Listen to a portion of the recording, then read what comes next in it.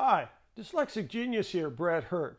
I'm going to talk about the Amberola A-1, known as the A1 phonograph, and I'm back on the assembly.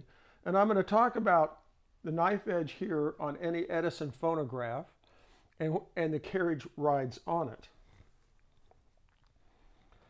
And this is a spot that the carriage rides on. And you'll notice there's a little dark area. Well, they had ground out a little area here, and that's like an oil galley, like on a metal lathe or a milling machine. And this just helps keep oil on this piece of metal. Well, what you need to do is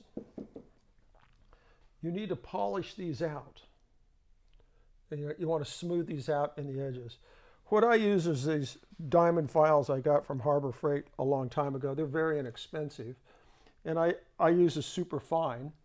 And you can just take one of these and you hold it with your fingers, so you kind of guide it. You just polish it out like that. You do the edges. And you go to where you feel no burrs. And then you come over here and you use the same file, keeping it flat on the piece. And you just gently polish that out. That helps the running surface. If you don't have these diamond files or don't wish to buy those, what you can do is the old school way. You get a file, you cut out a little piece of sandpaper, like 600 grit, and you stick the file in here because files are flat, and you can do the same thing with a file. Usually on these you'll have to come at an angle because you have this handle in the way, and you'll polish that out. That's the other way to do this. So couldn't you put a piece of sandpaper around any flat tool? Any flat tool. You know, a piece of steel that's very flat, anything that has to be flat. Yeah. That's the trick of it. You don't want to get bows in everything. The other thing is, whoops, this is the back rod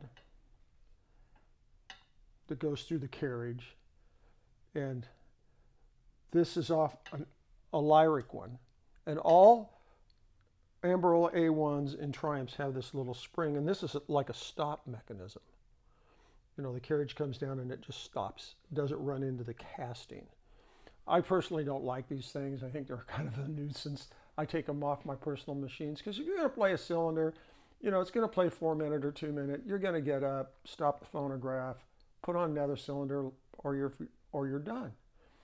You know, but they came with this one. The interesting thing about Lyric grills, the first 500 Edison A1s and laters, is that these back rods are totally different. This is off a Rococo one later, and you can see the threading's the same, but we have this indentation here where the set screw holds this thing in place. And when you're doing phonograph work, are you going to put this dirty thing back in your machine, or are you going to put a really nice clean one back in your machine? I hope you put a really good clean one back into your machine. And you remember the video I talked about all the screws, and I said there's a few screws you're going to have a problem with. And one of the screws is this one right here, and we will put this up here on the top of the cabinet. And that's one of the screws. If you lose this, you're going to have, Houston, I have a huge big problem. What this screw does is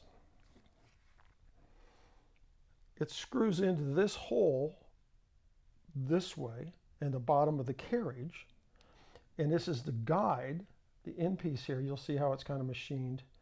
It's a guide, and it fits in a slot under here like that. I didn't know that. And you have a slotted here, so on the top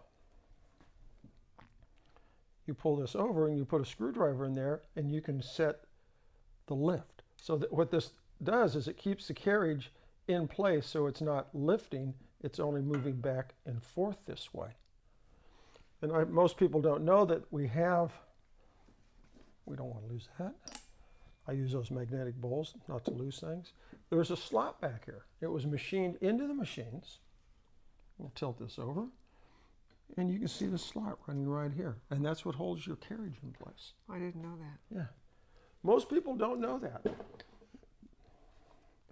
You know, this is a lot of fun. But one thing also, when you're doing the knife edge, you want to smooth this out a little with the same process, because you want this mating surface smooth with no burrs, and you want this surface with no burrs. So when you bolt all this together, everything's going to be setting flat and perfect. You don't want this, a little burr, it'll tilt it one way or the other.